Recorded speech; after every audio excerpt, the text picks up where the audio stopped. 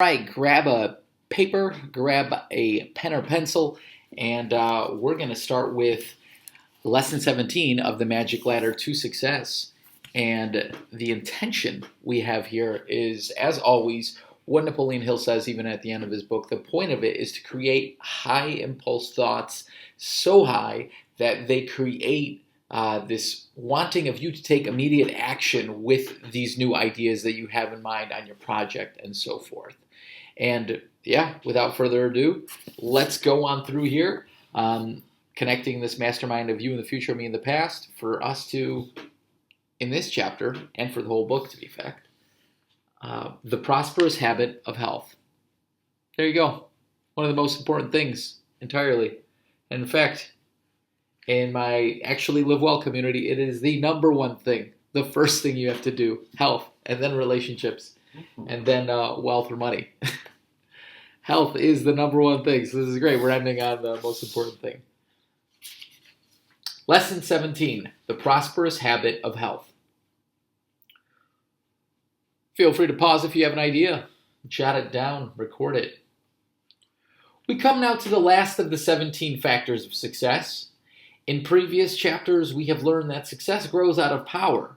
That power is organized knowledge expressed in definite action. No one can remain intensely active very long without good health. The mind will not function properly unless it has a sound body in which to function.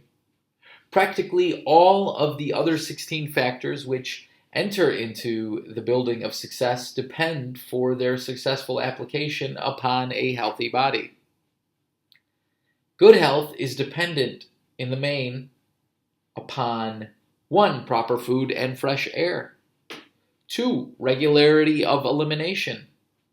3. Proper exercise. 4. Right thinking.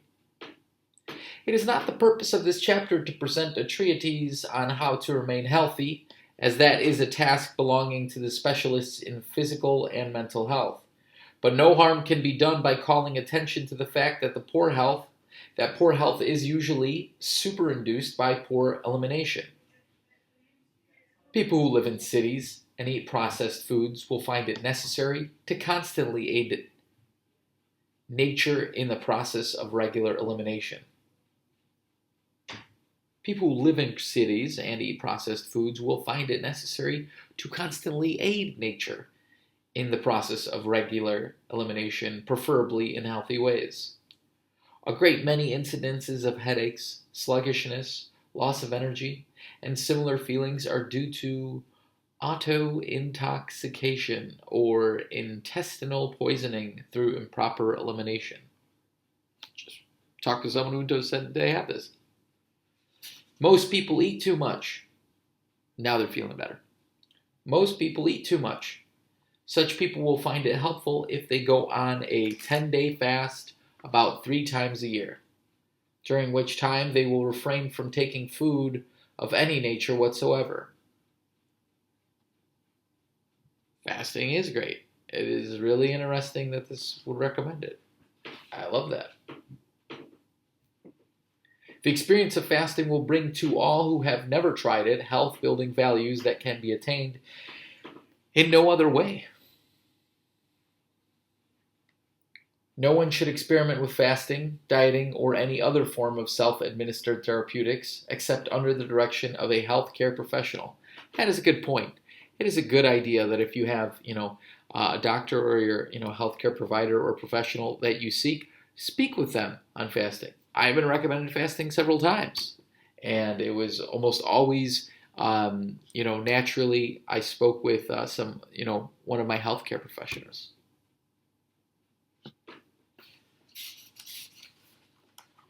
I've done a juice cleanse once before. I call it a juice fast, some people do. So interchangeably, I'll use either or. That's a good one. Check that out. Try to diminish the sugar intake when you do. It's really beneficial, especially by the end of the first week. We're going to continue with the book. This is great. I had no idea they put health at the end. Best for last. Sexual energy, a health builder. As a closing thought for this chapter, the author has chosen to inject a very brief statement concerning the therapeutic value of sexual energy. The justification for such a theory is as follows. It is a well-known fact that thought is the most powerful energy, and hatred and fear will destroy the digestive. It is a well-known fact that thought is the most powerful energy available to humankind. It is equally well known that negative thoughts of worry and envy and hatred and fear will destroy the digestive processes and bring about illness. This by reason of the fact that negative thoughts inhibit the flow of certain glandular contents that are essential in the digestive processes. Negative thoughts cause short circuits in the nerve lines that carry nervous energy or life force from the central distributing station, the brain, to all parts of the body, where this energy performs its natural task of nourishment and of removal of worn-out cells and waste matter. Sexual energy is a highly vitalizing positive force when activated during the period of sexual contact, and because it is powerful, it sweeps over the entire nervous system of the body and unties any short circuits that may exist in any of the nerve lines, thus ensuring a complete flow of nervous energy to all parts of the body. Sexual emotion is the most powerful of all the human emotions, and when it is actively engaged, it reaches and vitalizes every cell in every organ of the body, thereby causing the organs to function in a normal manner. Total sexual abstinence was not one of nature's plans, and those who do not understand this truth usually pay for their ignorance out of a trust fund that nature provided for the maintenance of health. Thought controls all voluntary movements of the body. Are we in accord on this statement? Very well, if thought controls all voluntary movements of the body, may it not also be made to control or at least materially influence all involuntary movements of the body? Thoughts of a negative nature, such as fear, worry, and anxiety, not only inhibit the flow of the digestive juices, they also tie knots in the nerve lines that carry nervous energy to the various organs of the body. Thoughts of negative nature, such as fear, worry, and anxiety, not only inhibit the flow of the digestive juices, they also tie knots. This is like blockages came to mind, like when you gotta, get a knot out of your back. Different energy blockages. They also tie knots in the nerve lines that carry nervous energy to the various organs of the body. Thoughts of a positive nature untie these knots in the nerve lines and permit the nervous energy to pass through. In accordance with that, when I get a massage and if I'm breathing, just wholly and openly when they're like doing a specific knot, that stuff gets out quicker. You just got to relax into it. Positive, I'd say that's relaxing. Sexual feeling is the most powerful form of positive thought. It is nature's own medicine. Again, I'm just going to say here, when he talks about sexual feeling, and he talks about this, in 1920s lingo, I think we have lots of different thoughts on this now. But what I will add to here is whenever he says sexual or sexual energy, he talks about like kundalini, like goes down the spine all the way up, right? We have this energy, within our body, and from the bottom, sources, it could go all the way up, and it's kundalini is one of the things that comes to mind. I would relate this to that, and I would recommend to you look a little bit more into that. We do breath works and we talk about it sometimes in there, so feel free. Sexual feeling is the most powerful form of positive thought. It is nature's own medicine, proof of which is obvious if one will observe the state of mind and perfectly relaxed condition of the body following sexual contact.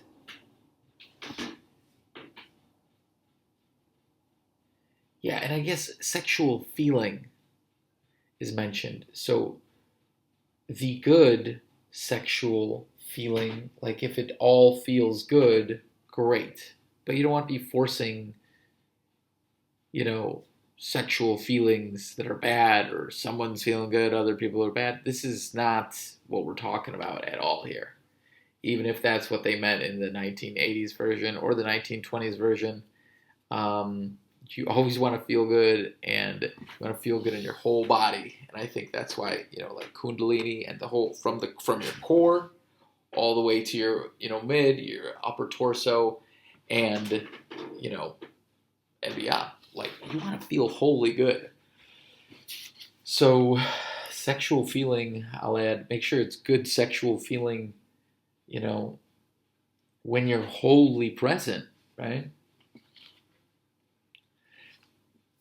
Brief as it is, the foregoing statement should be made the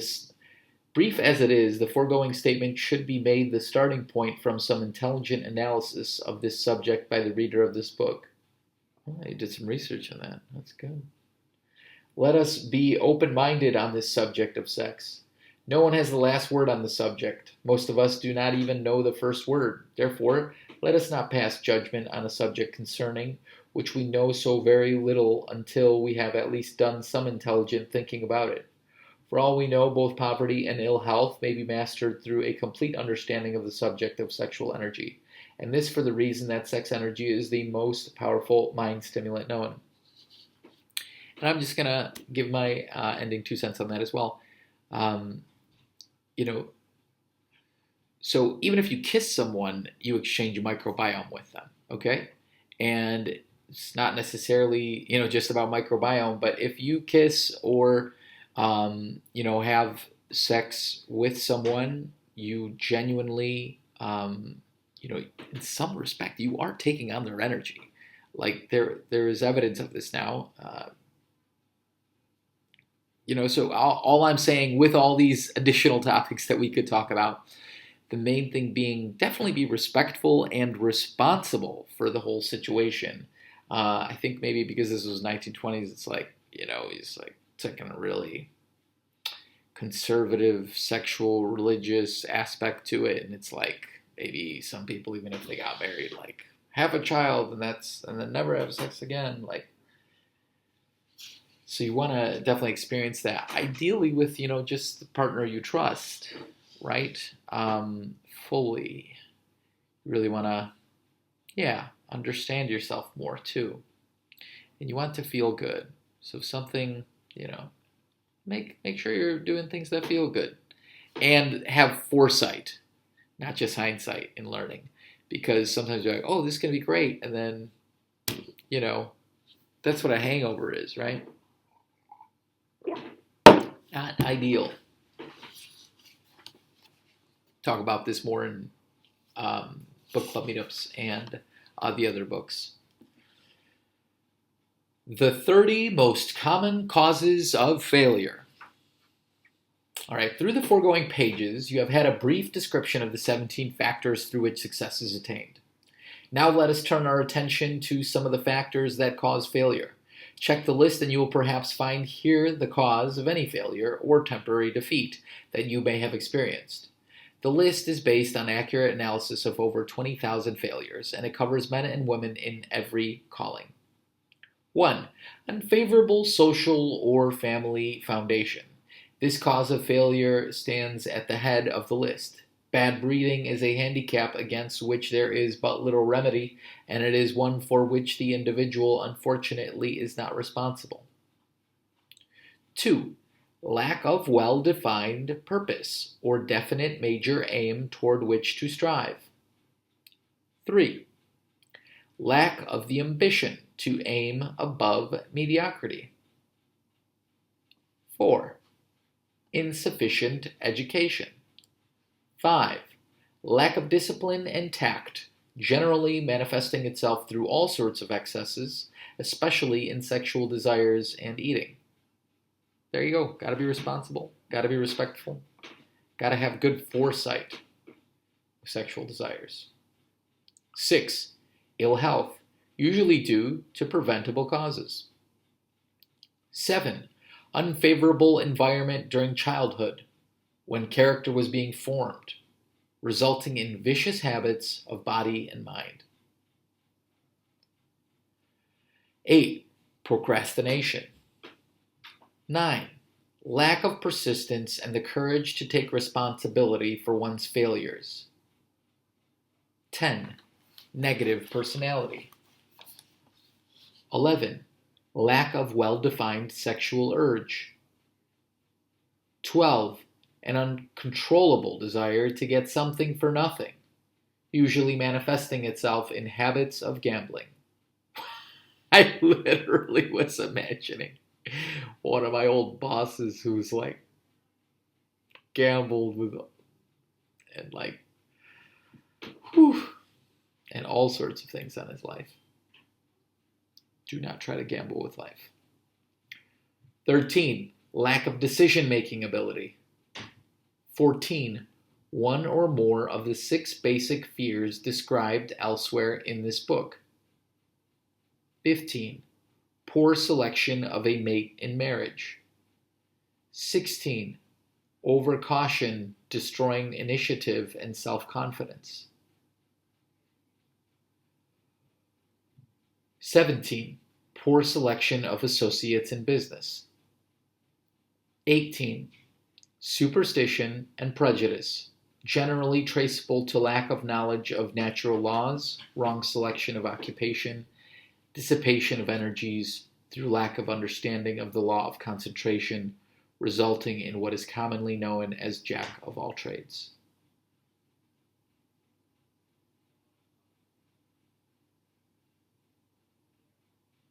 And the jack of all trades, like, it's possible people can call you a jack of all trades, but you're not really,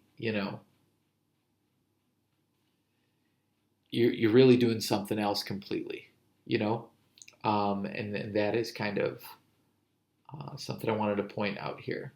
But yeah, concentration, use the law of concentration, do concentration exercises every day. I command you, like take 10 minutes a day or 5 minutes even gazing at yourself in the mirror or like a pencil or something like that, and just if your attention leaves, just put it right back on that, because you should be focusing on one main purpose, right? 21. Lack of thrift. 22. Lack of enthusiasm. 23. Intolerance. 24. Intemperance in eating, drinking, and sexual activities. 25. Inability to cooperate with others in a spirit of harmony. That's like the most important. 26. Possession of power that was not acquired through self-effort, as in the case of one who inherits wealth or is placed in a position of power to which he is not entitled by merit. 27. Dishonesty. 28. Egotism and vanity. 29. Guessing instead of thinking. Sometimes you think you're following your intuition, and really you're just making a quick judgment. And maybe, I like that he put this in the list of 30 of top things, towards failure. Guessing instead of thinking. It's always good to think through, even if you think you have an intuitive hint, gut instinct. Just think through it with your reasoning mind. And 30, lack of capital. That being said, you could always make capital if you have lack of capital with right thinking and coming up with plans and asking the right questions, communicating with other individuals, asking them their advice.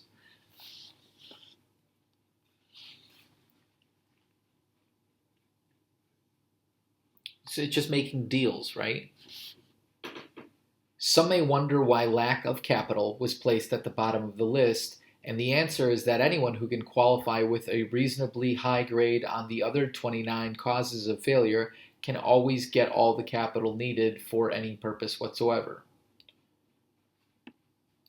The foregoing list does not include all the causes of failure, but it does represent the most common causes. Some may object that unfavorable luck should have been added to the list, but the answer to this complaint is that luck, or the law of chance, is subject to mastery by all who understand how to apply the 17 factors of success. In fairness to those who may never have had the opportunity to master the 17 factors of success, however, it must be admitted that luck, or an unfavorable turn of the wheel of chance, is sometimes the cause of failure. Those who are inclined to attribute all their failure to circumstances or luck should remember that blunt injunction laid down by Napoleon, who said, "To hell with circumstances, I create circumstances." Napoleon. Most circumstances and unfavorable results of luck are self-made, also. Let us not forget this. Here's a statement of fact and a confession that is well worth remembering. The law of success philosophy, which has to date rendered useful service to untold millions all over this earth, is very largely the result of nearly 20 years of so-called failure upon the part of the author. In the more extensive course of the law of success philosophy, under the lesson on profiting by failure, the student will observe that the author met with failure and adversity and reverses so often that he might have been justified in crying out, "Luck is against me." 7 major failures and more scores of minor failures than the author can or cares to remember laid the foundation for a philosophy that has brought success to so many generations of people, including the author. Bad luck has been harnessed and put to work, and the whole world is now paying substantial monetary tribute to the man who ferreted out the happy thought that even luck can be changed and failures can be capitalized upon. There is a wheel on which the affairs of men revolve, and its mechanism is such that it prevents any man from being always fortunate. True enough, there is such a wheel of life, but it is rotating continuously. If this wheel brings misfortune today, it can be made to bring good fortune tomorrow. If this were not true, the law of success philosophy would be a farce and a fake, offering nothing but false hope. The author was once told that he would always be a failure because he was born under an unfavorable star. Sometimes something must have happened to act as an antidote to the bad influence of that star, and something has happened. That something is the power to master obstacles by first mastering self, which grew out of understanding and application of the law of success philosophy. If the 17 factors of success can offset the bad influence of a star for this author, they can do the same for you or for any other person. Laying our misfortunes to the influence of stars is just another way of acknowledging our ignorance to our laziness. The only place that stars can bring you bad luck is in your own mind. You have profession of that mind, and it has the power to master all the bad influences standing between you and success, including that of the stars. If you really wish to see the cause of your bad luck and misfortunes, do not look up towards the stars. Look in a mirror. You are the master of your fate. You are the captain of your soul. And this by reason of the fact that you have made that you alone control. You are the master of your fate. You are the captain of your soul. This by reason of the fact. All right. I'm going to read this. I just started thinking about something funny. Before this, my concentration was off. Because I guess I'm just happy we're able to move on to another book for the book club. And if you aren't in the book club yet, join on. We've got more books, and then we'll always chat about them together in community. I'm going to reread now. If you really wish to see the cause of your bad luck and misfortunes, do not look up towards the stars. Look in a mirror. There you go. Do a 10-minute concentration exercise in the mirror, gazing at yourself. You are the master of your fate. You are the captain of your soul. And this by reason of the fact that you have a mind that you alone control. And this mind can be stimulated and made to form a direct contact with all the power you need to solve any problem that may confront you. Should rewind that. The person who blames his or her troubles upon stars thereby challenges the existence of infinite intelligence, or God, if you prefer that name. There you go. The mystery of the power of thought. In front of the author's study at Broadway and 44th Street in New York City stands the Paramount Building. A great, tall, impressive,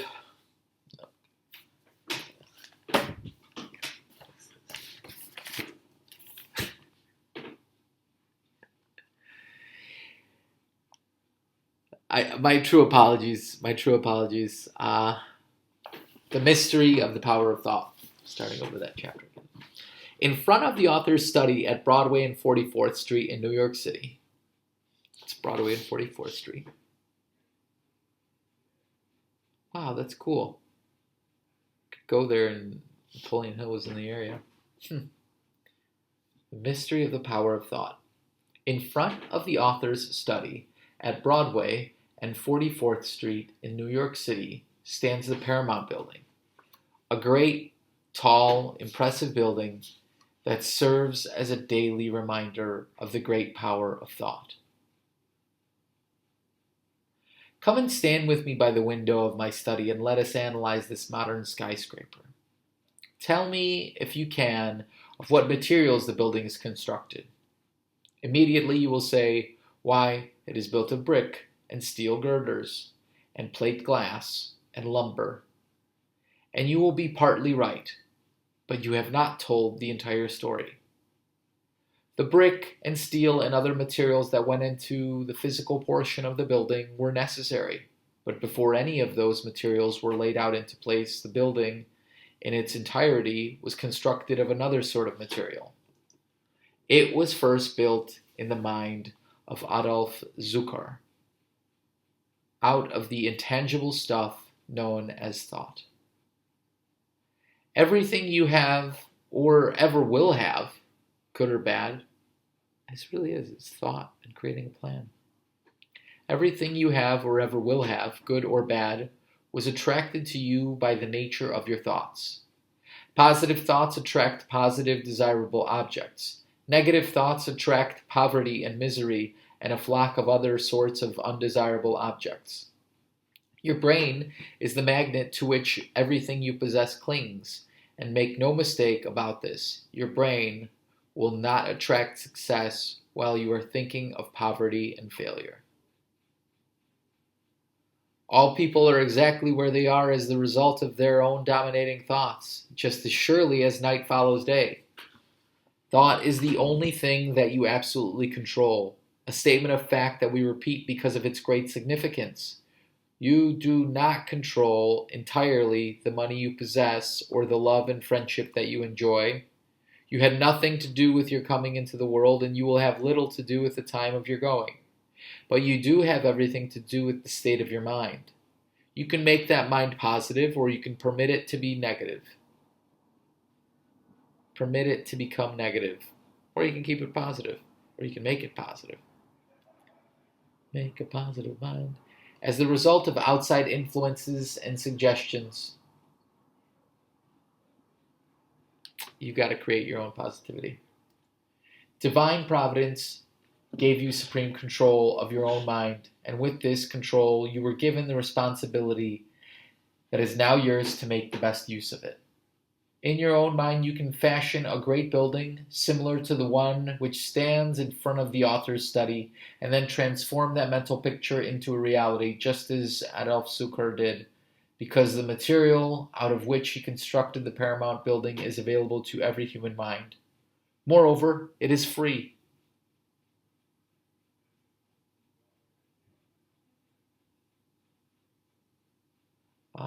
The material is available to every human being. I may have said mine there. Moreover, it is free. All you have to do is to appropriate it and put it to your use. The universal material, as we have said, is the power of thought. The difference between success and failure is largely a matter of the difference between positive and negative thought. A negative mind will not attract a fortune. Like attracts like. Nothing attracts success as quickly as success. Poverty begets more poverty. Become successful, and the whole world will lay its treasures at your feet and want to do something to help you become more successful.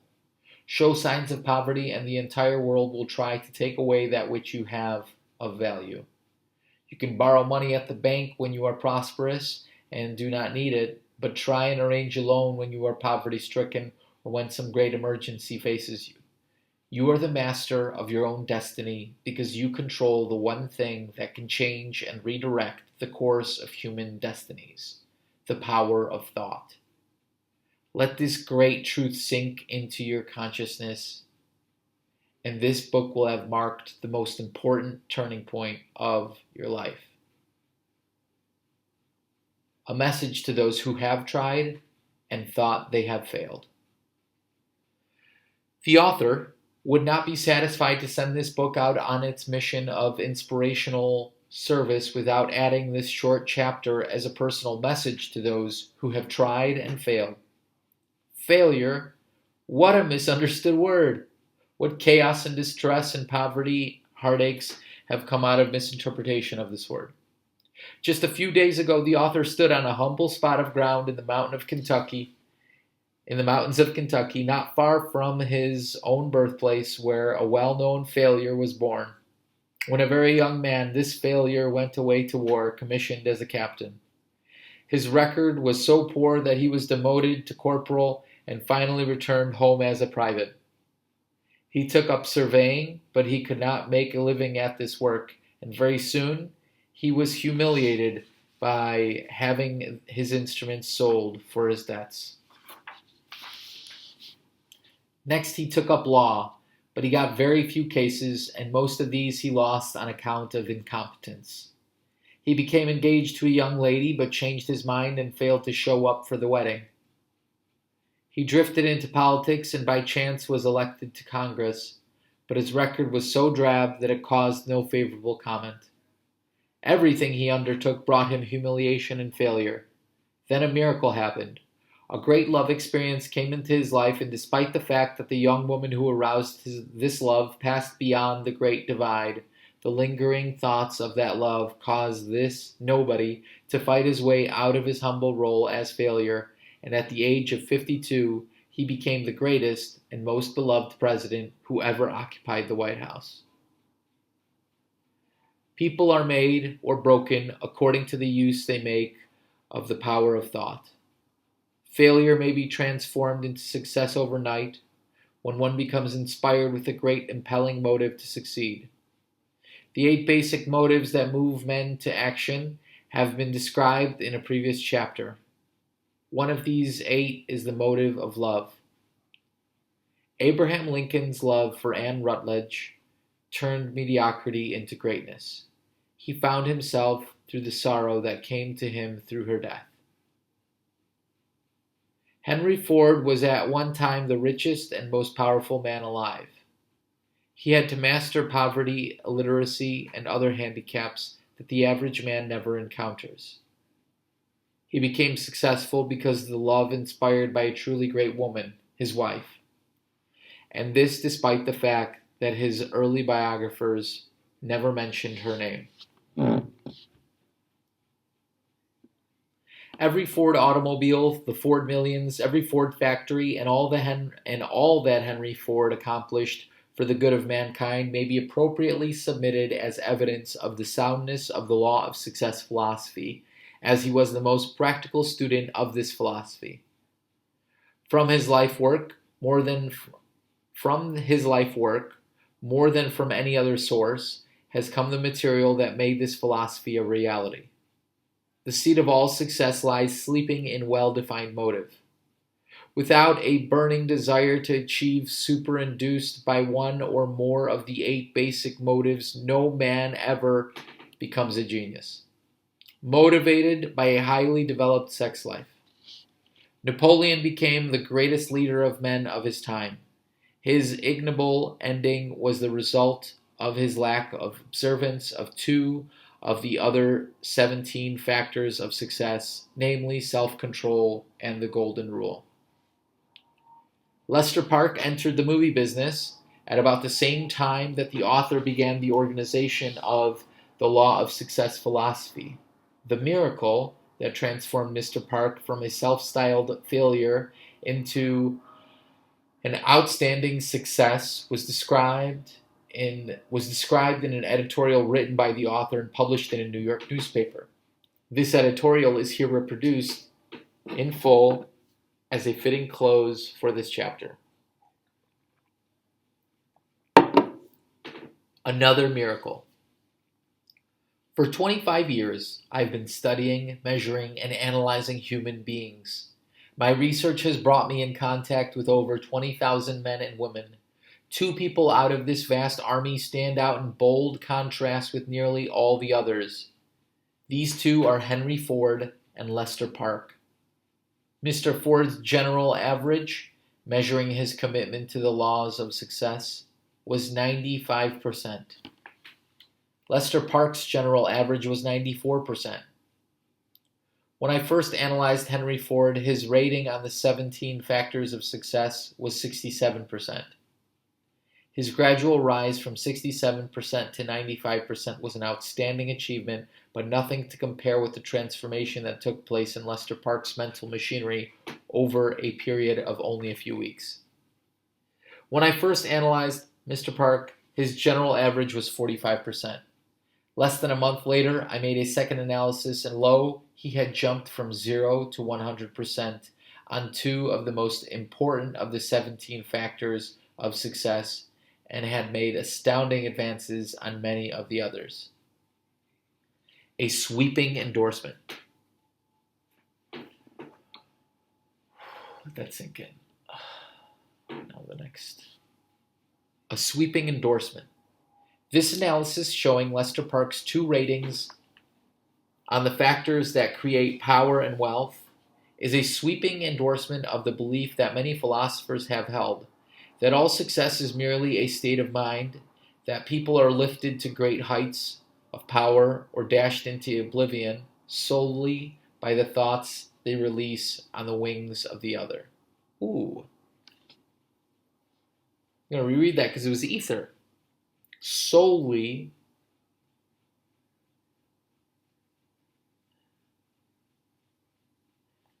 this analysis showing Lester Park's two ratings on the factors that create power and wealth is a sweeping endorsement of the belief that many philosophers have held, that all success is merely a state of mind, that people are lifted to great heights of power or dashed into oblivion solely by the thoughts they release on the wings of the ether. Solitary confinement. Lester Park was formerly one of the most active movie executives in America. His name was linked to the names of others who have since made huge fortunes out of the business. Out of that business. Some movies, right? But something snapped in Lester Park's mental machinery. He lost his grip on himself. His self-confidence dropped to zero. He ceased to have a definite chief aim. He drew himself away from contact with others in his profession, thereby depriving himself of the greatest of all the laws of success, the mastermind. You will recall that this is a mind that is a composite of two or more minds working in perfect harmony for the attainment of some definite objective. For years, Park committed himself to solitary confinement in a dark dungeon. That dungeon was his own mind, and he himself carried the key to the door. The Wheel of Fate. Some time ago, I conducted a class on the law of success at the Waldorf Astoria, one of my favorite, hotel in New York City. By a queer turn of the wheel of chance, or was it the Wheel of Fate, Lester Park became a student in that class. The transformation that has taken place in Lester Park occurred in a fraction of a minute during the first half hour of my first lecture. In a single sentence, I made a statement that served as a key that unlocked the door to the cell in which Park had confirmed himself, and he stepped out, ready to pick up the reins where he had laid them down several years ago. The transformation was no imaginary one. It has been both real and complete. With 2 weeks' time after the light again shone into the brain of Lester Park, he had completed all arrangements for the production of one of the greatest pictures of his career. When I say he had completed all arrangements, I mean just that. The money for the production was offered him. When I say he had completed all arrangements, I mean just that. Within 2 weeks' time after the light again shone into the brain of Lester Park, he had completed all arrangements for the production of one of the greatest pictures of his career. When I say he had completed all arrangements, I mean just that. The money for the production was offered him from more than one source. Friends he had known in the heyday of his career as a producer suddenly appeared upon the scene as if by magic and greeted him like long-lost brothers. The dream movie of his life became a living, pulsating reality. A modern miracle had happened. That miracle brings great joy to my heart because it proves, once more, that the child of my heart and brain, the law of success philosophy, is destined to emancipate millions of other Lester Parks from the dark dungeons of despair to which they have confined themselves. Many years ago, Andrew Carnegie gave me an idea that caused me to start a long period of labor and research. That idea was the hub around which the law of success philosophy has been built. I have lived to see it bring freedom to countless millions, and to how many more it will bring similar freedom, I have no way of knowing, because the philosophy is now being studied in nearly every civilized country on earth by those of every background with whom I have not personally come in contact. The man who sows a single beautiful thought in the mind of another renders the world through that act a greater service than that rendered by all the fault finders combined.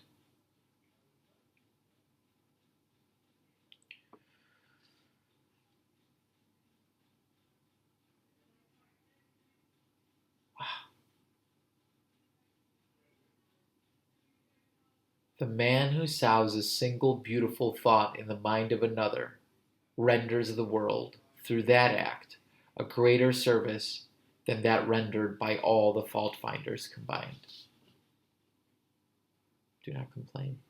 Be well. Move forward. A prophecy fulfilled. Years ago, when I predicted that Henry Ford would one day become the most powerful man on earth, my statement caused me great embarrassment because Ford had not then shown any signs of becoming the world's richest man. I stood back of that prediction and lived to see it become more than justified. Signed, Napoleon Hill. It's the editorial. Here's what I'm telling you. Final one. This is an age of action. To summarize the 17 factors of success described in this volume, the reader may be better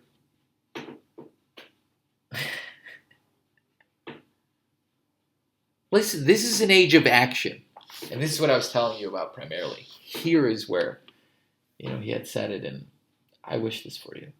To summarize the 17 factors of success described in this volume, the reader may better grasp the entire philosophy by keeping in mind the fact that success is based upon power, and that power is knowledge expressed in action. The fact is that success is based upon power, and that power is knowledge expressed in action. All the major stimuli which arouse the mind and put it into action have been described in this volume.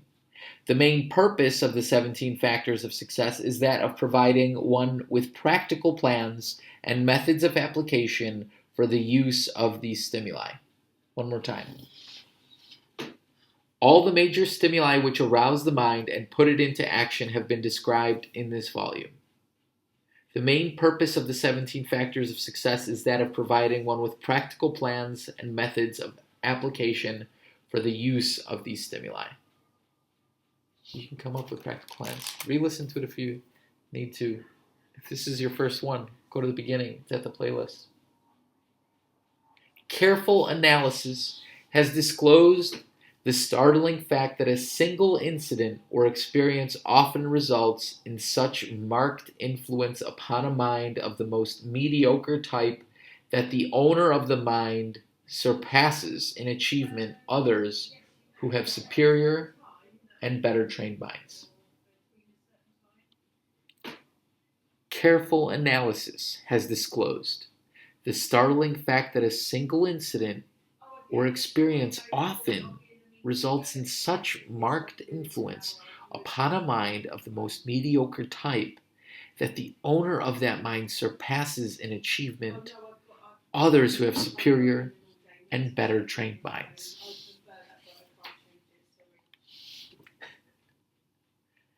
The law of success, as described through the 17 factors outlined in this volume, provides all the known methods of mind stimulation that inspire the individual with high ambition and supply the courage essential for the attainment of the object of that ambition. It is hardly sufficient to say that one may achieve more if one will undertake more. The author has aimed to offer the individual a practical mind stimulant or source of inspiration. Right here, this. And for which it to may be used to build greater ambition and supply the motive for action in carrying out that ambition. 95% of the energy of the human mind remains passive throughout life. The major purpose of this philosophy of success is to supply the stimuli that will arouse this sleeping 95% of mind energy, and put it to work. How? By planting in the mind some strong motive that will lead to action, by stepping up the mind through contact with other minds and causing it to vibrate on a higher plane. If this is your first chapter and you caught something awesome, if not, go to the beginning, do the whole book. The Magic Ladder to Success. It's a good one. It's Napoleon Hill's first. I've got the whole playlist because the whole intention of this book and the frequency of this book is what is said here. 95% of the energy of the human mind remains passive throughout life. The major purpose of this philosophy of success is to supply the stimuli that will arouse this sleeping 95% of the mind energy and put it to work. Is it 95%? I don't know, but it's most of it. It's constantly active, but there's parts deep in there that are inactive, and the point is to awaken those. Awaken and arouse the sleeping portions of the mind energy and put them to work. How? By planting in the mind some strong motive that will lead to action, by stepping up the mind through contact with other minds and causing it to vibrate on a higher plane, to have these greater thoughts, to happenstance meet with someone, bump shoulders and have a great dialogue and conversation and move forward, to create a plan that comes forward right now and to write it out and to act on it daily, to create it in a way that you can act on things daily and weekly so that you are consistently moving forward. Because yes, life is magical. I started a breathwork community that's called Just Add Magic. The point of it is to just add magic in your life through controlled effort of breath focus. You have to create an action plan and move forward daily. And you don't necessarily have to, but I'm just saying when you do, it becomes way better and you are creating your dream in real life reality. So just go through this book one more time. It's an audio. Just walk to work and listen to it. You've got the availability. And reread other books we put up here or ones that come to mind. This didn't take much effort for me. Let's just commit to reading a little bit every single day, right? Just once a day. Some days, it was a 30, 40, 50-minute one like today because it was a long chapter. And the big chapter that I split in the beginning, into 6 or 7. 3, 4, 5, 6 pages a day. What is that? 7, 10, 20 minutes. And then you got a book, written. You could do the same thing with writing. But you got a book read, What is this pages? This ain't a thick one. It's only about 111 pages. It might actually be exactly 111. But all I'm saying is just, you've got this. Go enact that plan. Go do it. Go on to the next book if that's the next plan in the book club. If you aren't a part of the book club, join the book club. We read high-frequency books that will help your growth factor increase towards you implementing your plans of action correctly, as long as they're good for all. I appreciate you. I hope you have an incredible day and an even better one. And life and beyond. I appreciate you. Connect with me down below. Write me an email what you thought of these books, or of this book. Join the book club, like I said. Connect with us. And I just hope you have the best one. It's going to be great. Peace.